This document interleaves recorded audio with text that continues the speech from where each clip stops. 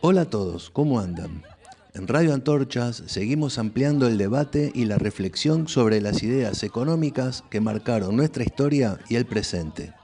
En esta ocasión presentamos Escuela de Pensamiento Económico del Río de la Plata, un programa en el que conversaremos con referentes del Instituto Gesell sobre las raíces, el impacto y la vigencia del pensamiento económico en nuestra región.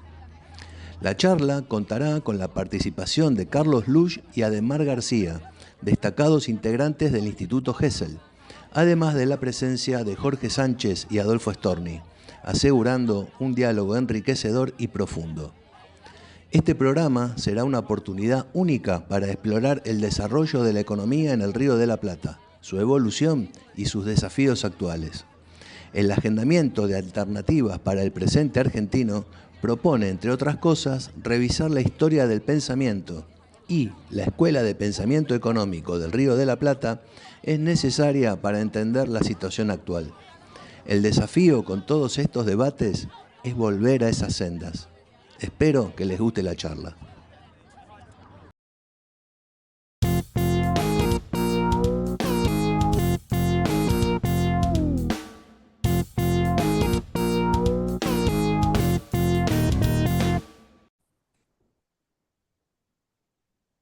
Bueno, bienvenidos a Radio Antorchas, una suerte de charla múltiple, una especie de congreso vamos a tener hoy. Le quiero dar la bienvenida y agradecerle la participación a Carlos Lusch, a Ademar García, miembros del Instituto Gesell, ¿sí? Del cual vamos a hablar de un tema que nos va a atrapar ya por lo atractivo en sí, no solo por el contenido de lo que va a ser la charla, sino por la calidad de los oradores, que son justamente Carlos Lusch y Ademar García. El tema que se va a tratar es la Escuela de Pensamiento Económico del Río de la Plata, ¿sí? Y bueno, contamos con la presencia de Jorge, un amigo ya de la radio, y un moderador de lujo como Adolfo Storni, ¿sí? Así que lo único que les digo es, bueno, una vez más, bienvenido, muchas gracias por participar y le paso la pelota a Jorge Sánchez. Buenas noches. Muchas gracias, equipo de Radio Antorchas. Muchas gracias a los miembros del equipo de la Fundación GESEL y desde luego al amigo Adolfo Storm. Es muy importante esta consigna de Antorchas de poner en valor el pensamiento histórico del Río de la Plata.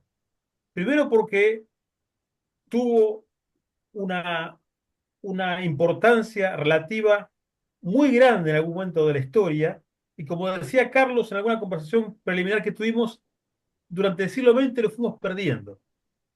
Y en una coyuntura como la nuestra, huérfana de alternativas, revisar el pasado en perspectiva del presente es muy importante. Y ese es el ejercicio que vamos a hacer hoy. Vamos a escuchar a Demar García, que va a situar la producción de la Escuela Económica del Río de la Plata en una exposición de 15 minutos que va a ser seguida por Carlos Luz, que se va a detener en la vida y obra de Silvio Gesell. Y esperamos de Adolfo Storni, que es un hombre muy versado en la historia, después de estas exposiciones, pueda conducir preguntas y respuestas con la ayuda de Fabián y la mía, sin dudas. Así es que muchas gracias. Ademar, tenés la palabra.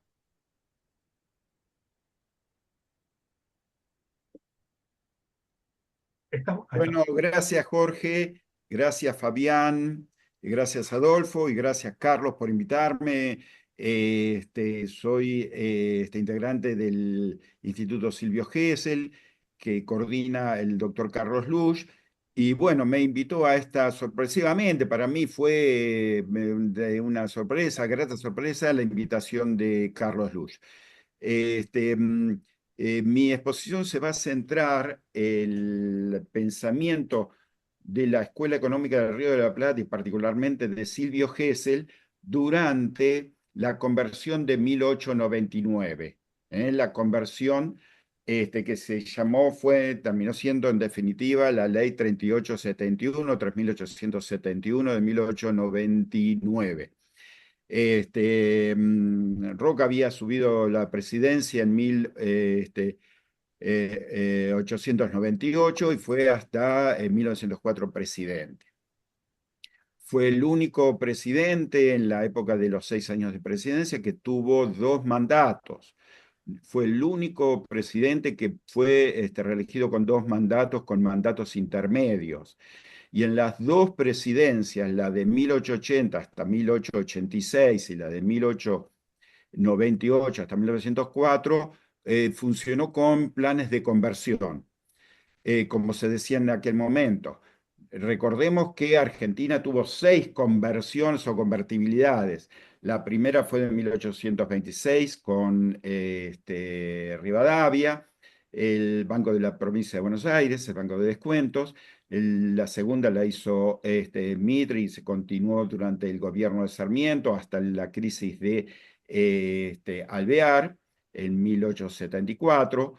La tercera fue la de 1881 de Julio Argentino Roca. La siguiente fue la de 1899. La siguiente fue la de Alvear en 1927 y después la de 1990. Debemos recordar que la conversión de la convertibilidad, la conversión de 1927 fue a la paridad monetaria de 1899. Fue exactamente la misma paridad. O sea, quiere decir que se pudo volver a la misma paridad y es uno de casi 30 años atrás. Fíjense que la inflación que prácticamente era inexistente y las mismas paridades. Había habido inflación de 1880 hasta 1895, 94 aproximadamente. Por eso las paridades a las que se hizo la conversión de 1899 es distinta a la paridad que se hizo la primera conversión de Roca, que es la de 1881. La conversión de 1881 es la famosa ley 1130, y la segunda, como ya dije, la 3871. La primera ley de conversión se editó, se promulgó el 5 de noviembre de 1881 y se puso en funcionamiento, estuvo plenamente en vigencia a mediados de 1883 hasta enero de 1885. Funcionó plenamente solamente un año y medio. Hasta 1881 existía un montón de monedas, particularmente la moneda de la provincia de Buenos Aires, emitido por el Banco de la Provincia de Buenos Aires, monedas provinciales de Santa Fe, Córdoba, monedas de Bolivia, Perú, de Chile, monedas de distintas composiciones, de plata, de oro, y bueno. La ley de 1881 fue una de las tantas leyes que Roca dictó en su primera presidencia, no solamente de la enseñanza libre, laica y gratuita, sino también la ley de la formación del gobierno de la ciudad de Buenos Aires después de la federalización, 3 leyes sobre límites, la del registro civil, modificaciones a los códigos ya previamente promulgados, Código Penal y Civil. O sea, la obra fue monumental en 1880 y por eso se llama la generación del 80. Y dentro de estas leyes cabe la ley de 1881, la 1130, de unificación monetaria. Esta unificación monetaria le dio una unidad monetaria a todo el gobierno, a todas las Provincias Unidas, a toda la Argentina, como no había tenido nunca. Es la primera vez que Argentina tenía una moneda nacional y se hizo a una paridad de un peso, moneda nacional, un peso oro, y el peso oro era aproximadamente un poco más de 6 gramos, con el 90% de oro 900 a su vez. La moneda era relativamente chica, pero las paridades ya vamos a ver qué sucedían con el tema de las paridades. Entre 1881, noviembre, perdón, 5 de noviembre de 1881 y junio de 1883 se absorbieron todas las monedas y se emitió en ese momento 60 millones de pesos oro, pesos convertibles, peso metálico que se llamaba. Durante ese tiempo prácticamente John Williams dice que no hubo emisión, hubo un año y medio que prácticamente no hubo emisión. Cuando se ven las tablas de inflación en el libro de Orlando Ferrers, se ve efectivamente que hubo años de crecimiento del PBI con deflación, una cosa que a nosotros nos llama la atención, entre 1881 y 1885. En enero de 1885, Roca suspende la conversión por, en principio, 2 años. No se va a volver a la conversión hasta 1899. Sigue la inconversión y es el modelo que ha estudiado John Williams. ¿Por qué duró un año y medio la conversión de 1881 y por qué duró 15 años la conversión de 1899? Y el sistema de la conversión de 1899 en realidad duró 30 años, porque al casi 27 años después, 28 años después de promulgada, se volvió a la misma paridad con Marcelo T. de Alvear. Volvió a la paridad de 0,40 pesos oro, 1 peso moneda nacional, o 2,27 pesos moneda nacional por el peso oro. Esas paridades se mantuvieron durante 30 años y muestran la estabilidad de precios, la estabilidad que no había habido antes, el crecimiento, el desarrollo, la expansión de vías férreas, las inversiones de todo tipo, en centrales eléctricas, ferrocarriles, muelles, puertos, frigoríficos, etcétera, etcétera, etcétera. ¿Por qué esta segunda ley duró 15 años y el funcionamiento duró 30 y la otra duró un año y medio? Esa fue la pregunta que nos hicimos en el Instituto Silvio Gesell.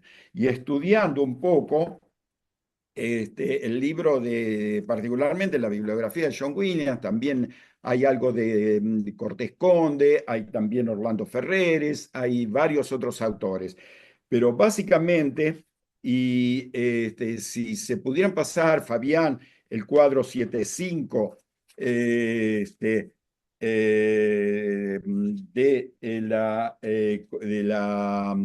la balanza de pagos de 1884 a 1890, se ve que el 1884, dije bien anteriormente, 1884, ¿no?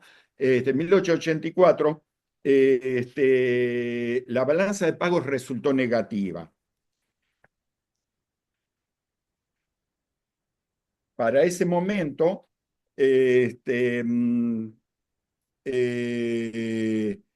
¿cómo era el déficit, la balanza comercial? La balanza comercial fue negativa desde 1882 hasta 1885. Desde 1882 con formas bastante fluctuantes. Particularmente negativo fue el año 1884, fines del año 1884. En que hubo un déficit de 26 millones de pesos oro. Durante estos años, de 1881 a 1885, los déficits comerciales fueron compensados con saldos de balanzas de pagos positivos que venían de los créditos externos, sobre todo créditos para obras de infraestructura, como eran ferrocarriles, puertos, frigoríficos y demás. O sea, el saldo de balanza comercial era negativo, el de balanza de pagos positivo. El único año en el que se rompe es en el año 1884, en que hay un saldo negativo de la balanza de pagos. Entra poco dinero y es un déficit de 13.868 pesos oro y hace que la conversión no pueda sostenerse. Hay distintos relatos sobre los incumplimientos, sobre todo el Banco Nacional y el Banco de la Provincia de Buenos Aires. En el cuadro 4.1 está bien claro puesto, si podés, Fabián, perdón, antes te dije otro cuadro, el 7.5. Me refería al cuadro 4.5, si lo podés poner. Y el cuadro 4.1, el gráfico 4.1 muestra muy claramente el déficit. O sea, fue sin emisión, fueron 60 millones de pesos oro, pero fue el déficit de la balanza de pagos el que hizo que se incumpliera. Posteriormente, la devaluación fue de un 30-40%, se mantuvo. Durante los periodos siguientes hubo una relativa prosperidad, hasta que apareció la cuestión de los bancos garantidos, en que hubo una emisión realmente muy importante. Y ahí sí, Orlando Ferrer en 1888 pone una inflación muy alta del 24%, cuanto antes era relativamente baja. Y ahí empieza el déficit de la balanza comercial y se atenúa el superávit de la balanza de pagos, y en 1890 aparece un déficit de 56 millones de pesos oro, que está, esto sí, en el cuadro 7.5. Se mantiene la inconversión, la emisión monetaria pasó de 60 millones de pesos a 300 millones de pesos en 1894, 1895. En el medio tenemos la crisis de 1890, el surgimiento de la Unión Cívica, el surgimiento, la crisis de la bolsa. Aquí tengo números muy interesantes de la bolsa, que después podemos, del momento, cómo cayeron los títulos provinciales y los títulos nacionales y las acciones ferroviarias y demás. Por ejemplo, las acciones, los títulos públicos cayeron de 93, que estaban, a 30, en 1890. En 1890. Superada la crisis de 1890, se sigue una cierta emisión y se llega a los famosos 300 pesos oros. O sea, se pasa de 60 millones a 300 millones de pesos oro. Y ese cuadro lo estudia muy particularmente Williams, el cuadro 10.1, si podés, Fabián, eventualmente, y ahí pone en un cuadro, a su vez, dos subcuadros: la evolución del papel moneda, la cantidad, la emisión, y por otro lado el premio a oro. Las curvas no son paralelas, y entonces se estudia por qué no son paralelas. Hay momentos de alta emisión y no se dispara el cambio, como por ejemplo en 1886, 87 y parte del 88, en que se mantiene un 30 o 40% por sobre la paridad rota en enero de 1885. Después, el premio a oro, como llaman, esa devaluación del 30 al 40%, llega a un 300% en octubre del 91, que es el momento más álgido de la crisis. Recordemos que la revolución del parque fue en julio del 90, ¿no? La crisis de la bolsa es en octubre del 90, y llega a 300, o sea, de 100 pesos oro. Para tener 100 pesos oro se necesitaban en el momento más álgido 350 pesos moneda nacional. Después esa fue bajando, se fue apreciando relativamente el peso moneda nacional, y continuaba aumentando un poco la emisión monetaria, hasta que el 1894 se estabiliza en 300 millones, a los cuales hace tanta referencia Silvio Gesell. Llegamos a 1899, ¿y qué sucedía? La emisión estaba en 300 pesos oro, pero la conversión había pasado, el tipo de cambio de Mercado Libre había pasado de casi 3.40 en octubre del 1891 a 127, 128 en 1897. Que ahí hay una crisis también, y sobre esa crisis que opina tanto Silvio Gesell. Así que bueno, Llegamos a 1999 y ¿qué sucede? Hay un enorme debate en 1899 entre los que quieren volver a la paridad 1 a 1, un peso moneda nacional, un peso oro, y los que quieren fijarlo en 0,40 pesos oro por cada peso moneda nacional. Y ahí se genera un debate muy, muy, muy interesante, es tal vez lo más importante desde el punto de vista conceptual, el debate en la Cámara de Diputados. Eh, este, mm, eh, John Williams dice que es la discusión más intensa que hubo en la Cámara de Diputados y Senadores en el Parlamento. Llevó 6 volúmenes, era la ley, 6 gruesos volúmenes, dice que era la ley más extensa en debates, y hubo mucha gente en contra. La promovían Carlos Pellegrini, la promovía obviamente el presidente Julio Argentino Roca, Carlos Pellegrini, Ernesto Torquín, Silvio Gesell, todos los integrantes, muchos integrantes del partido autonomista. No todos, porque hubo 5 ministros que votaron en contra, 4 ministros de Hacienda del PAN que fueron ministros de Hacienda entre 1880 y 1890, podemos decir 1890, hubo 5 ministros que votaron en contra. ¿Quiénes votaron en contra? Terry, que era profesor de finanzas públicas en la facultad, Emiliano Hansen, Victorino de la Plaza, Wenceslao Pacheco, y el ministro de Agricultura, el mismo Roca, que renunció. O sea, fue muy, muy debatida porque se decía que esta ley incumplía las leyes económicas, que envilecía la moneda, que no cumplía con el crédito de la nación. Y particularmente John Williams pone entre paréntesis que no cumple las leyes económicas. Se logra sancionar.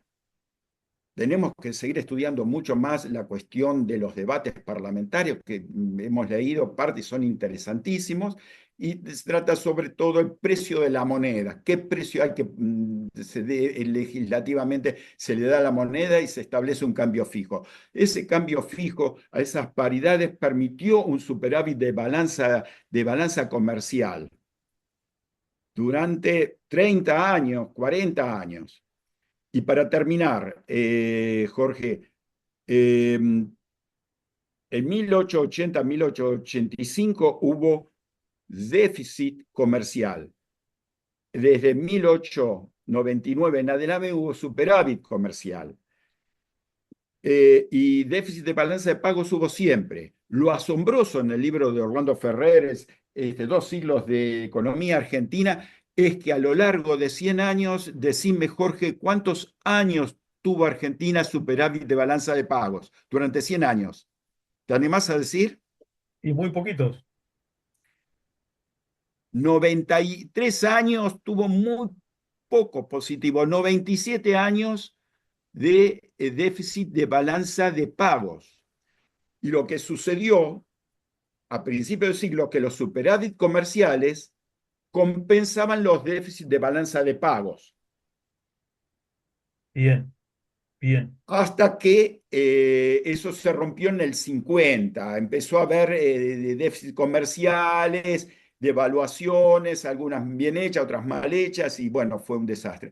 Pero los déficits de balanza de pagos siempre fueron negativos y fueron compensados por los superávit comerciales. Y eso dio la estabilidad a la moneda, si no se hubiera devaluado siempre, como sucede ahora. Muchas devaluaciones fueron por hiperemisiones, otras fue por la balanza de pagos negativa. Hasta Yo ahí, estoy terminaste con una acá, noción muy importante. La, ¿cómo? que, terminás con una noción muy, muy importante. Los Gracias, gracias. superávit comerciales compensan los déficits de la balanza de pagos. Y Sí, esto señor, sí, explica la estabilidad de nuestra moneda hasta mediados del siglo XX. sí, señor, tal cual. Brillante, brillante. Bueno, Gracias, gracias, gracias. No, has hecho no una creo, no exposición creo que haya magnífica. sido para tanto, pero te agradezco, Jorge. No, sí, porque es lo que venimos discutiendo en Antorchas y en algunos otros grupos. Dejaste puntas abiertas para otros comentarios y después te vamos a preguntar por la bibliografía que usaste. Entre tanto, Perfecto, sí, señor, con en, gusto. en las preguntas, Perfecto. Carlos, me parece que te dejó ahí una gran jugada para mover con Silvio Gesell y los temas que tenías preparados. Adelante. Exactamente, agradeciendo de vuelta la invitación y a todos los presentes. Además, García ha hecho una circunstanciada descripción del proceso, digamos, monetario y comercial argentino y su balanza de pagos con la bibliografía dura y el proceso político, que no se estudia de esta manera, como la ha descrito Ademar, en la academia, en el mainstream, en la universidad y, por supuesto, en la política se desconoce. Esto implica que la Argentina en ese momento tuvo un proceso, sobre todo a partir de la reforma de 1898, y esto quiero destacar que lo explicó muy bien Ademar, en donde se produce una devaluación del 127%, ¿sí? Donde la conversión pasa de 1 a 1 moneda nacional a un peso oro a 2,27 moneda nacional, y la Argentina tiene una explosión exportadora. ¿Por qué? Porque el secreto de la devaluación bien hecha es que tiene que haber superávit fiscal, que a su vez trae superávit comercial, superávit gemelos. Si vos tenés superávit gemelos, no tenés inflación. ¿Y cuál es el dato que le estamos transmitiendo? Aquí del Instituto de Estudios Económicos Silvio Gesell, que es el autor intelectual de la reforma, que fue seguida luego por todo el mundo occidental a partir de la experiencia argentina, es que la Argentina tuvo 50 años, desde esa reforma hasta 1947, 1946, sin inflación, cero inflación. ¿Dónde está esto dicho? En ningún lado.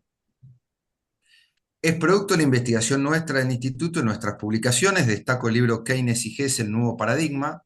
Le pusimos nuevo paradigma, no solo porque es un nuevo paradigma económico y monetario a futuro, esto tiene mucha actualidad, más con el gobierno de Trump, sino un nuevo paradigma de la historia argentina, por la cual la historia argentina tuvo un pensamiento económico consistente durante 200 años que lo llevamos a 400 años, donde se producía pensamiento económico y producción documental y técnica en el Virreinato del Río de la Plata y antes de su existencia, porque existía la Villa Imperial del Potosí, la Universidad de Chuquisaca y todo el imperio, digamos, del Virreinato después del Perú, que producía impacto en España en la escolástica española. Esa fue la primera etapa donde Argentina, como Río de la Plata, impacta en el mundo. No tenemos tiempo, tomen el concepto. Inglaterra es tributaria de Argentina y España, a través de la escolástica española, que sus principales conceptos económicos los saca del Río de la Plata, impacta en Alemania, por supuesto en Francia, en la fisiocracia, y luego, por supuesto, en Estados Unidos y en Adam Smith, que viene después de lo que se produce en las tierras del Río de la Plata. Después Argentina. La segunda impacto de la Argentina, del pensamiento económico de Río de Plata en el mundo, es el de Gesell.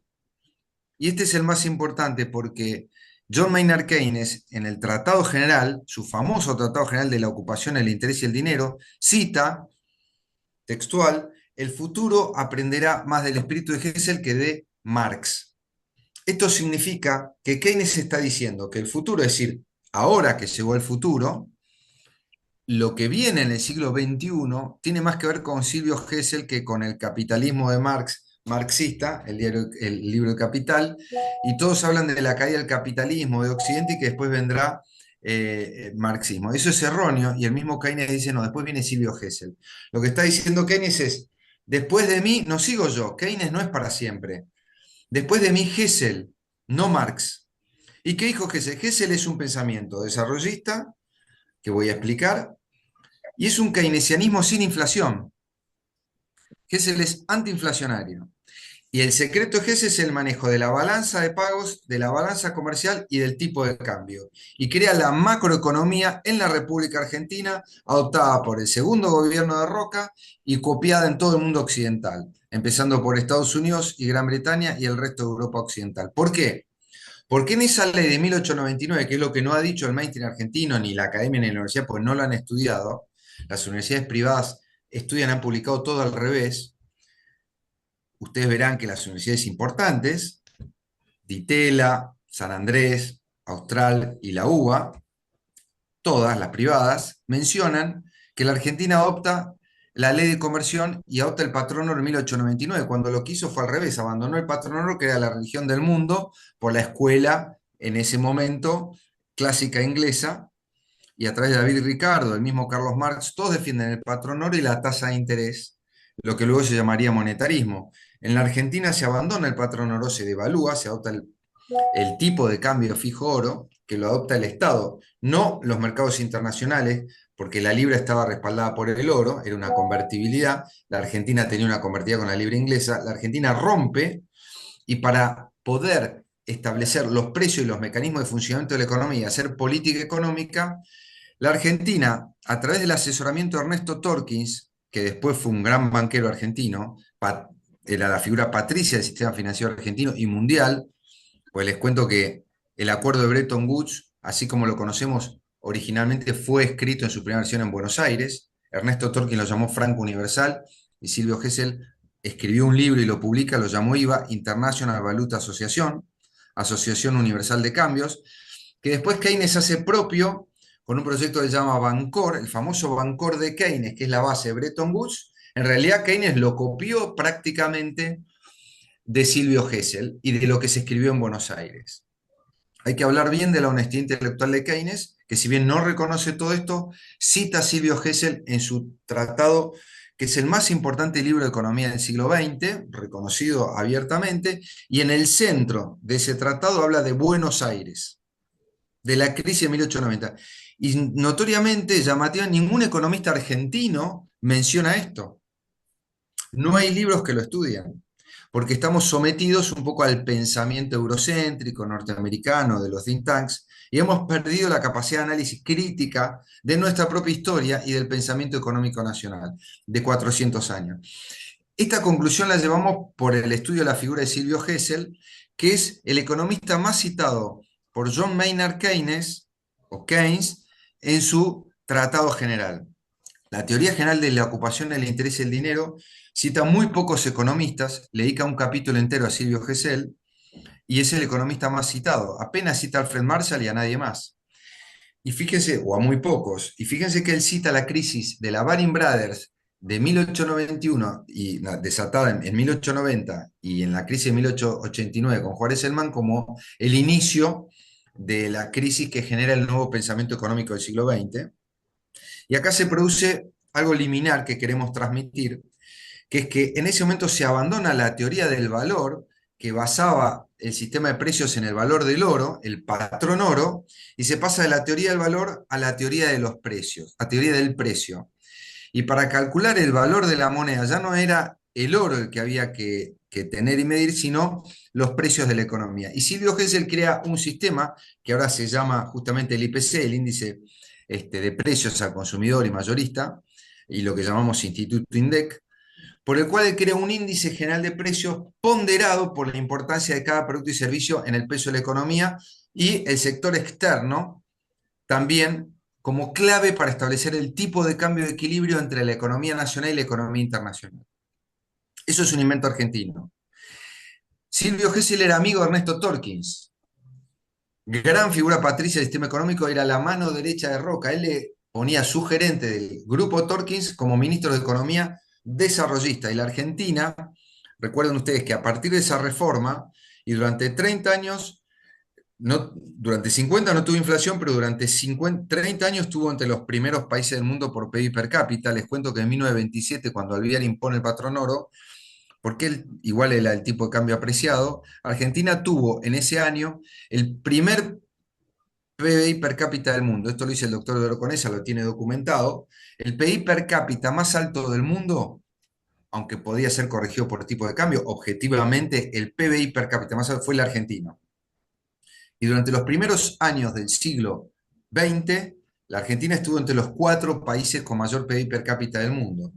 No terminó de hacer las reformas económicas, no se industrializó, pero fue muy rico, y lo que cuenta Silvio Gesell en su obra principal, citada por el doctor Ademar García, que es La cuestión monetaria argentina de 1898, que genera en el sistema político y empresario argentino la conciencia de la necesidad de devaluar, porque estaba muy apreciado el tipo de cambio, y la Argentina no se podía desarrollar porque no emitía ni crédito ni moneda, y Silvio Gesell decía que tenía que emitir crédito y moneda para crecer, el sistema político argentino y su clase dirigente lo hacen propio en el famoso debate económico de 1899, la ley 3871, devalúa y crea un nuevo sistema, que es el sistema de la teoría de los precios, para medir el poder adquisitivo de la moneda y a partir de ahí hacer política económica y política monetaria.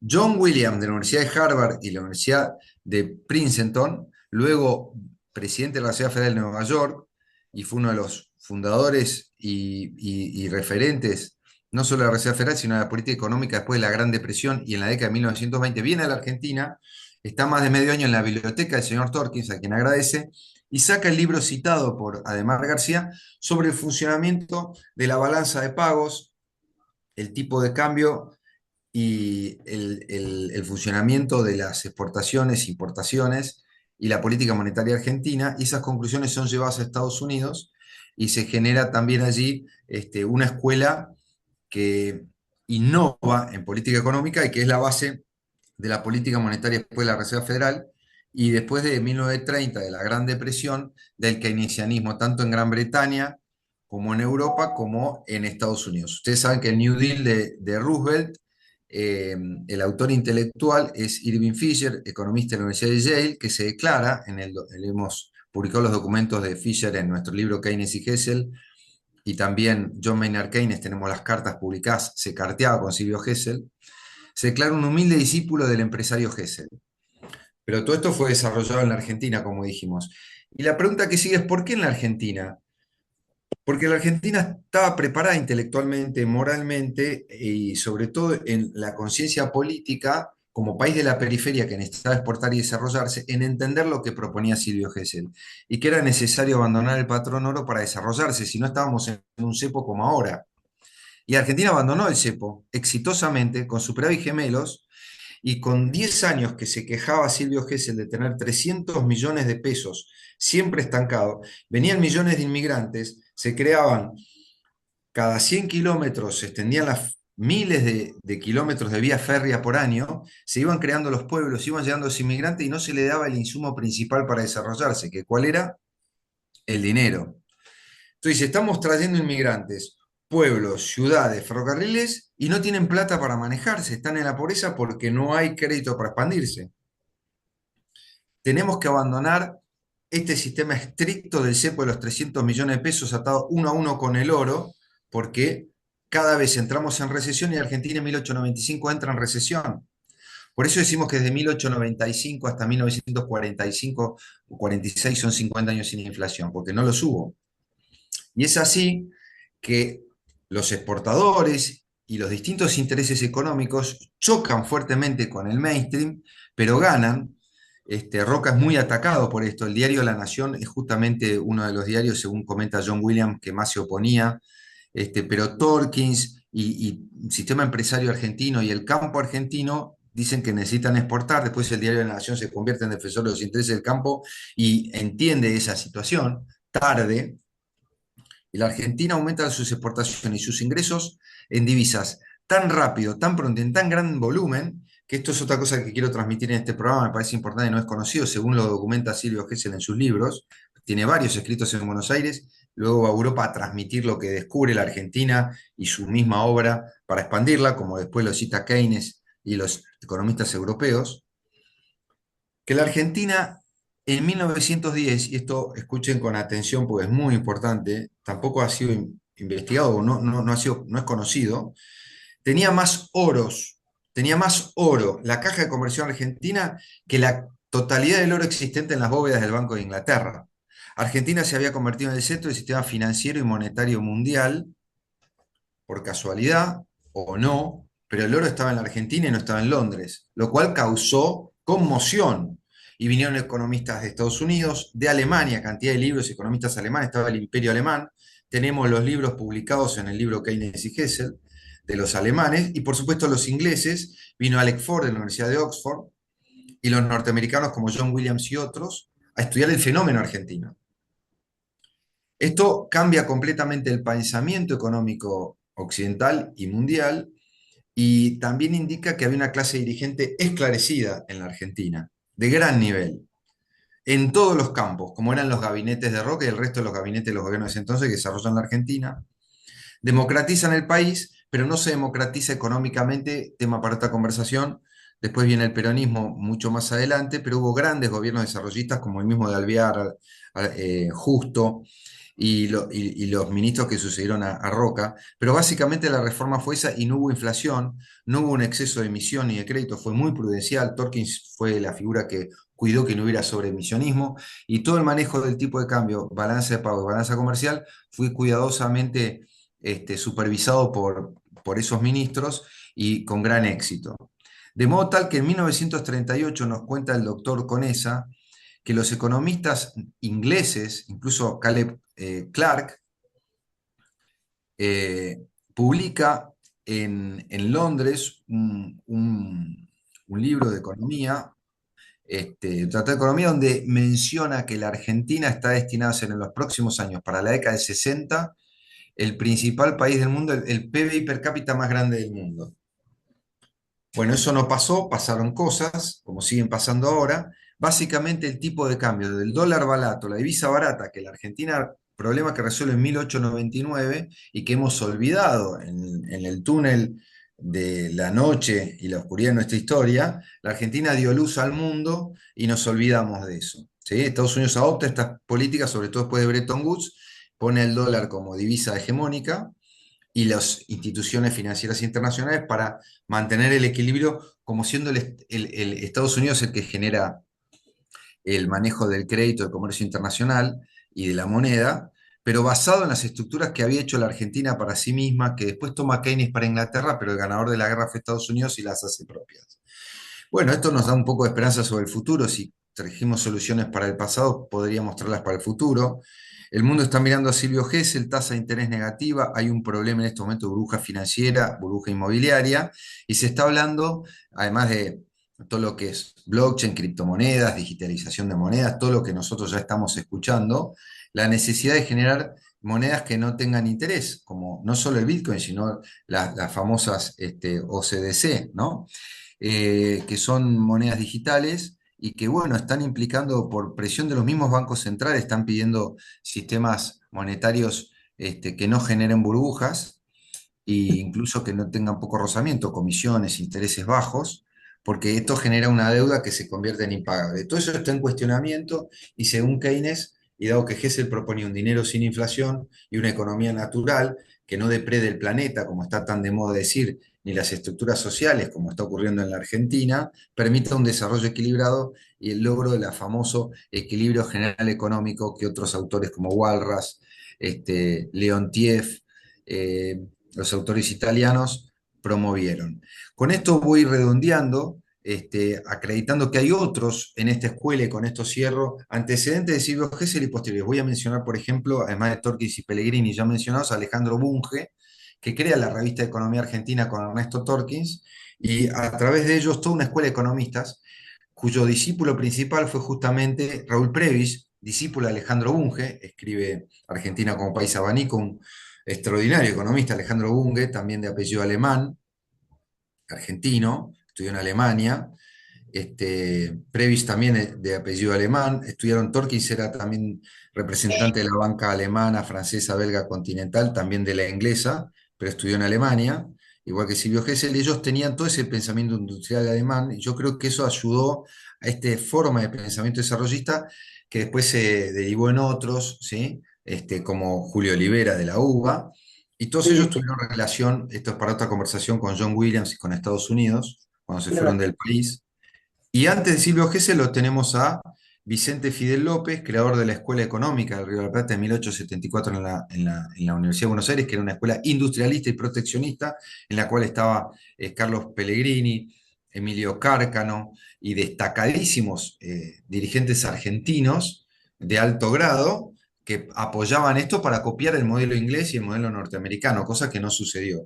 Y a Mariano Fragueiro, primer ministro de Economía de la Argentina, ministro de Urquiza, que proponía este mismo pensamiento, ¿sí? Antes citamos a Esteban Echeverría, que lo tratan como un poeta, lo subestiman o lo desestiman, y el hombre era, además de empresario agropecuario, pues tenía campo y agroindustrial, exportaba, era economista en la Universidad de la Sorbonne de París.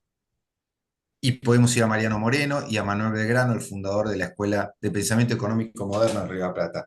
Pero hay anteriores a Manuel Belgrano. Eso lo dejamos para otra charla. Espero no haberme extendido demasiado. Es más o menos para redondear la importancia y el impacto que tuvo dentro de la Argentina para su desarrollo, la que tuvo en Occidente, a través de Keynes básicamente, y de Estados Unidos con la acción política posterior a la Segunda Guerra Mundial y la salida de la Gran Depresión del 30, en base a estas ideas, y la que tendrá en el futuro eventualmente, porque los centros de estudio académicos, universitarios, inclusive los bancos centrales están hablando de Silvio Gesell, ¿eh? Ben Bernanke es presidente de la Reserva Federal y varios destacados economistas, incluso de bancos, están hablando de esto. Así que es una oportunidad para rescatar un poco más que la autoestima, una planificación futura posible para la Argentina en base a bases aprobadas. Muchas gracias. Carlos, magnífica exposición. Me parece que esta correlación entre postulaciones económicas y una diligencia esclarecida es un andarivel a explorar con más detalle. Eh, Así que ha sido una exposición no solo magnífica por el contenido, sino por las puntas que has abierto para futuras actividades. Eh, Adolfo Storni, que es un gran historiador, seguramente tiene algún juicio de lo que hemos escuchado. Hacete Sí, un resumen, Adolfo. primero, bueno, felicitaciones porque ha sido Sí, impecable. sí, Este, sí. la presentación de ambos me encantó, muy claro, muy concreto. Mirá, primero podemos destacar que hay una continuidad de pensamiento, ¿no? Entonces, como bien decía Carlos, iniciado la Escuela de Río de la Plata, ¿no? Con Belgrano y Moreno y Echeverría, y si querés también después parte de lo que fue Alberdi y bueno, todos los economistas políticos que estuvieron los gobiernos de Sarmiento en adelante. Entonces podemos hablar de una continuidad, si querés, desde Sarmiento, Avellaneda, Roca en adelante, y por más que hubo cambios de gobierno, cambios de partido y a veces distintas vertientes, hay una continuidad en lo que es la La política visión. económica y la visión y las herramientas que se utilizaban, ¿no? Lo que destaca de la estabilidad de la moneda, ¿no? Durante ese casi medio siglo después de la conversión del 99 es destacable, prácticamente caso único en el mundo, digamos, en la comparativa con otros países. Lo que vivió Argentina no lo vio ninguna moneda europea o la norteamericana, así que fue un caso exitoso de manejo de la política económica y siempre ese juego también, como mencionó Demar, de si no era la balanza comercial, era la balanza de pagos, ¿no es cierto? Que siempre había, te generaba un superávit, ¿no es cierto? Final. Así que eso creo que también es destacable.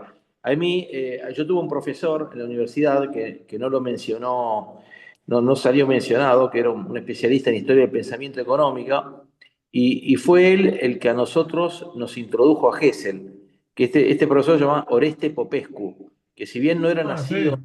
no era nacido en Argentina, había nacido en Rumania, se había formado en Europa, vino después de la guerra, y él rescataba muchísimo, y diría que a través de él rescatamos la figura, y nosotros estudiantes conocimos a Gesell, ¿no? Que para mí Gesell era Casa Gesell, que vendía cochecitos y mamadera, que era la empresa que él había fundado y después desarrollaron sus hijos. Digamos, de esta mano también, sobre el final, Carlos destacó la figura de Alejandro Bunge, que si bien era ingeniero, fue el creador, digamos, del uso de la estadística y del uso de la estadística por parte del Estado. Y bueno, parte de otro de los que se muere tempranamente, se muere antes del peronismo, si querés, en los meses previos, que no pudo ver, pero bueno, parte de su equipo después se integra al peronismo, ¿no? Que sobre todo en la parte relacionada al trabajo, ¿no? Y Bunge fue una persona que, digamos, yo digo, unos 30 años por lo menos, tuvo una destacada participación en lo que era la educación del soberano y la educación de los políticos, ¿no? Porque él era el que marcaba el rumbo intelectual, si querés, y el rumbo económico, y después los gobiernos, los ministros, el Congreso, seguían lo que él decía desde su revista, como Tal cual. bien La revista fue un gran móvil, como un citaba Carlos. gran lobby financiada desde el inicio por los hijos de Gesell, que le dieron, y también escribían los hijos de Gesell, y si querés, para cerrar, y si querés como contrapunto, ¿no? Yo creo que sí Argentina se industrializa desde finales del siglo XIX. Obviamente tengamos en cuenta lo que era el mercado interno argentino, ¿no? Que o sea, siempre la escala de la industrialización iba a ser chica porque no muchos bienes industriales exportables no teníamos, con lo cual nuestra industrialización estuvo basada más que nada en aprovechar ventajas competitivas, en darle algún valor agregado a alguna economía regional y por supuesto toda la parte agroindustrial que fue lo que Argentina pudo exportar, no solamente cereales, sino también harina, y no solamente cuero y crines y cuernos, sino también el desarrollo primero de la carne salada y después de la carne enfriada, refrigerada.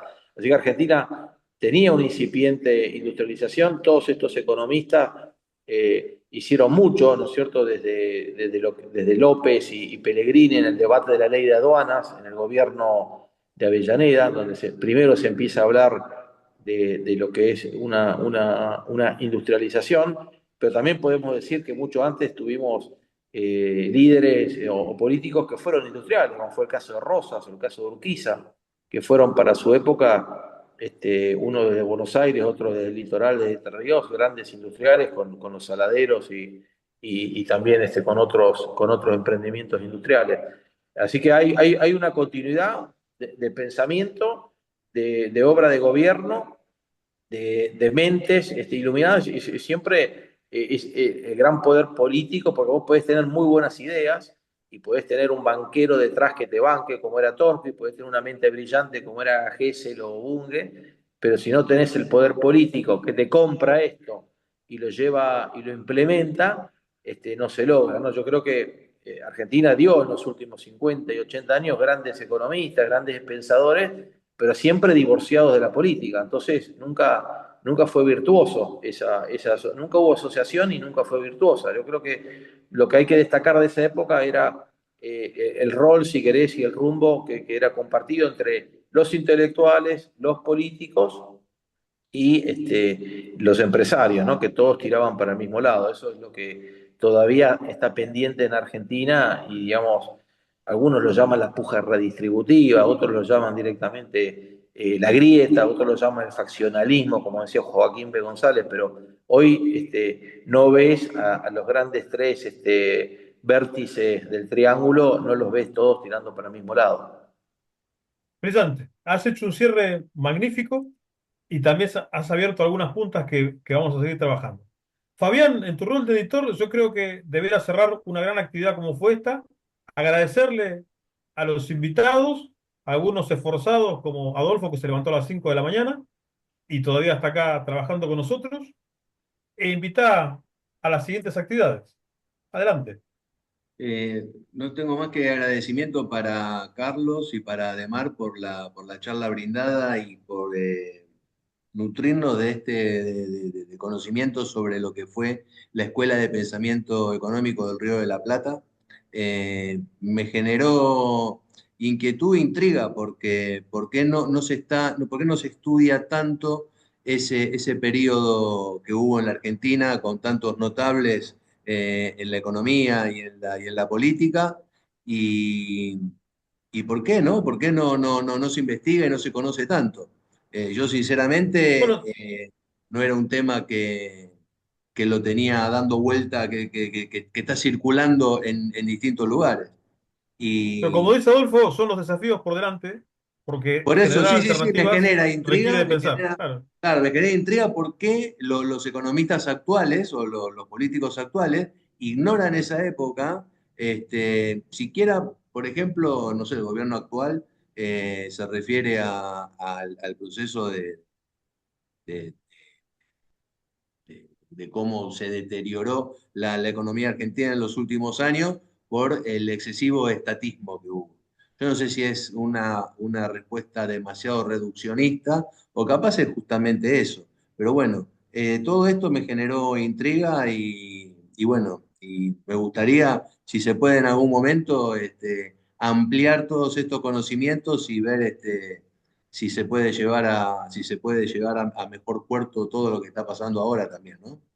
Si me permitís un comentario, yo creo que esta escuela se caracteriza por su pragmatismo y su heterodoxia.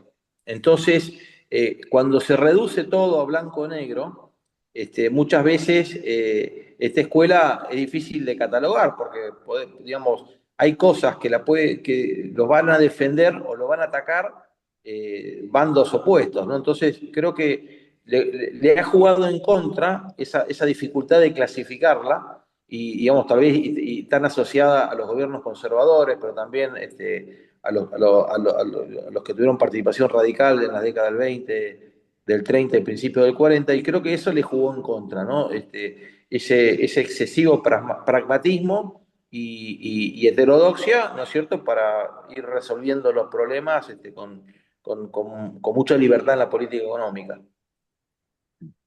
Y has dado No en el clavo. subordinada a intereses internacionales o intereses particulares.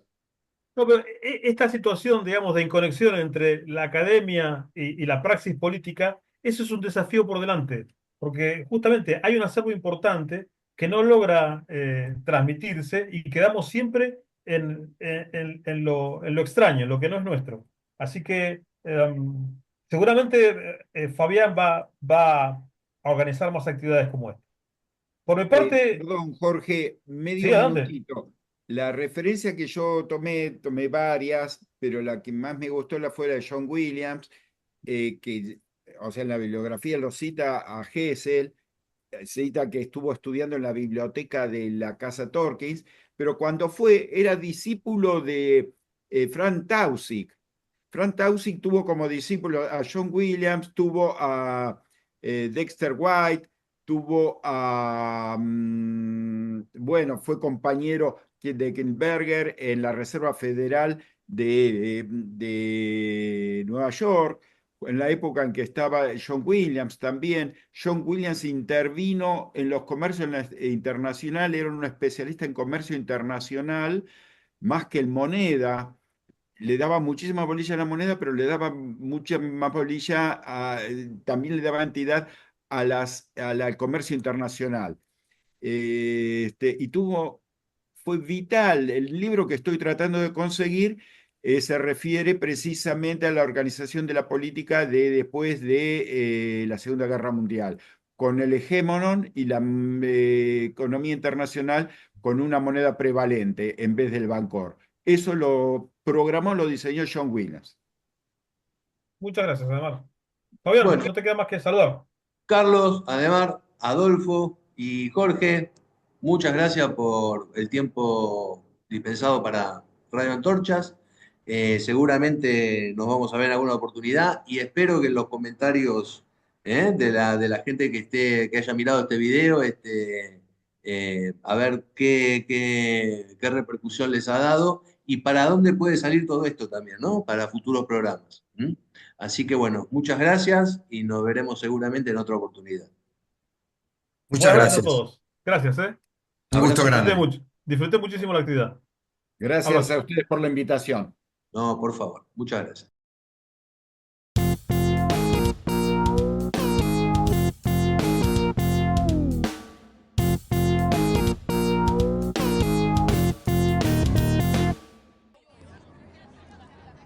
¿Qué te pareció esta charla? El objetivo de Radio Antorchas es contribuir al enriquecimiento del debate y las alternativas del futuro de Argentina y la revisión de antecedentes históricos de esta escuela de pensamiento económico es un paso obligado para realizar este ejercicio. Queremos volver a ser y esperemos mediante estas charlas encontrar la senda. Si te gustó el video, dale like, compartilo, suscríbete y sé miembro de este canal. Nos vemos en el próximo podcast. Hombres y mujeres libres, es un verdadero placer hacer este programa. Pasen una buena semana, cuídense y viva la libertad.